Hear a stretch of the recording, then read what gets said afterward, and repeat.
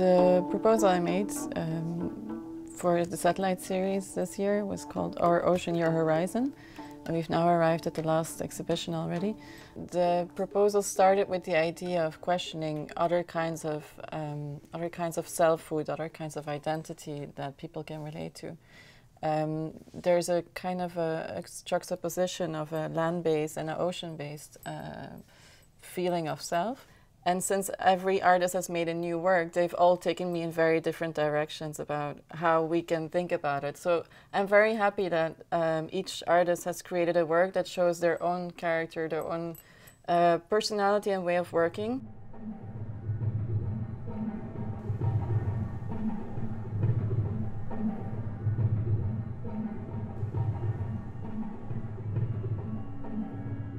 I've been always very interested in the work of Basim Magdy, especially because of the way he's treating images and text together, how his works are a kind of, they kind of draw you in very strongly and make you question also what you're seeing. Haiti invited me to work on a commission that more or less had a theme attached to it. I was interested because it was about oceans, and this is something that I've always found mysterious, but at the same time it was challenging. The starting point for the film, and that's what really the film is about for me, is about the knowledge that is constructed around humans, the knowledge that we construct around our point of view of the world, and everything kind of fits in it. We think we understand the ocean, we manipulate the ocean, we explore the ocean, we use it to go to places that haven't been seen before. But at the same time, I started thinking of it as an entity, as a person, or maybe not a person, but as an entity. What if the ocean could speak? What would it tell us about how it sees us? And my first instinct was it wouldn't really care, because it's much bigger and it's an entity on its own.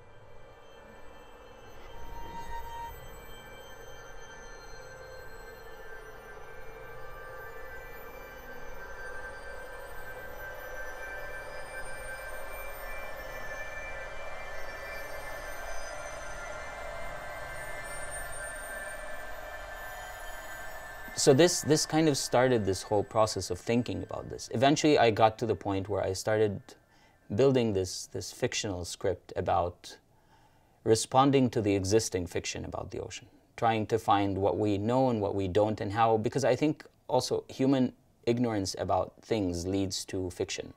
When we don't understand something, we start trying to find ways to understand it, which is we build fiction around it. So I kind of tried to do another layer of building this fiction by using things like mermaids, but then mixing them with nuclear leaks and imagining how that would influence the bodies of the mermaids, what would happen to them.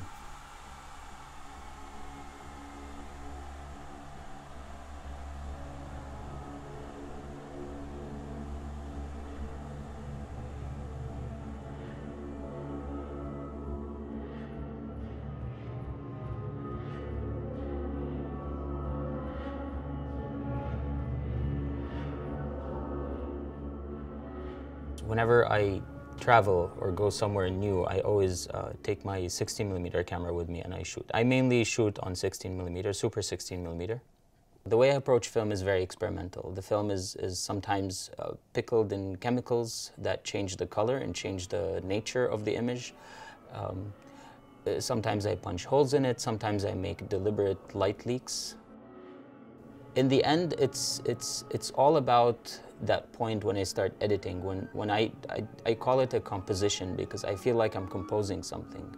I shoot everything myself and I compose the soundtrack myself and I edit myself and I write the script myself. For me, it's a very intimate process. It's like having a lot of pieces of paper and you're making a collage and you layer, and it comes together during this layering process of putting all those elements together.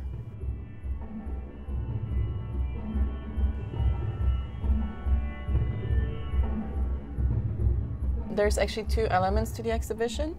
One is a film, and the other one is a series of photographs.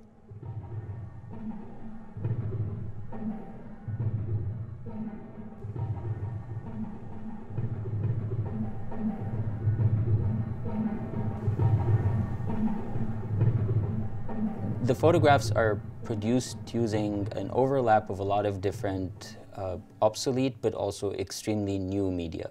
And I started experimenting a lot with something that I've always been wanting to work with, to make a work with instant photographs. The idea was not really about the process. The process is exciting for me because it's about knowledge, it's about exploring and discovering things. But the idea was to produce an image of reality that becomes more fiction than reality is.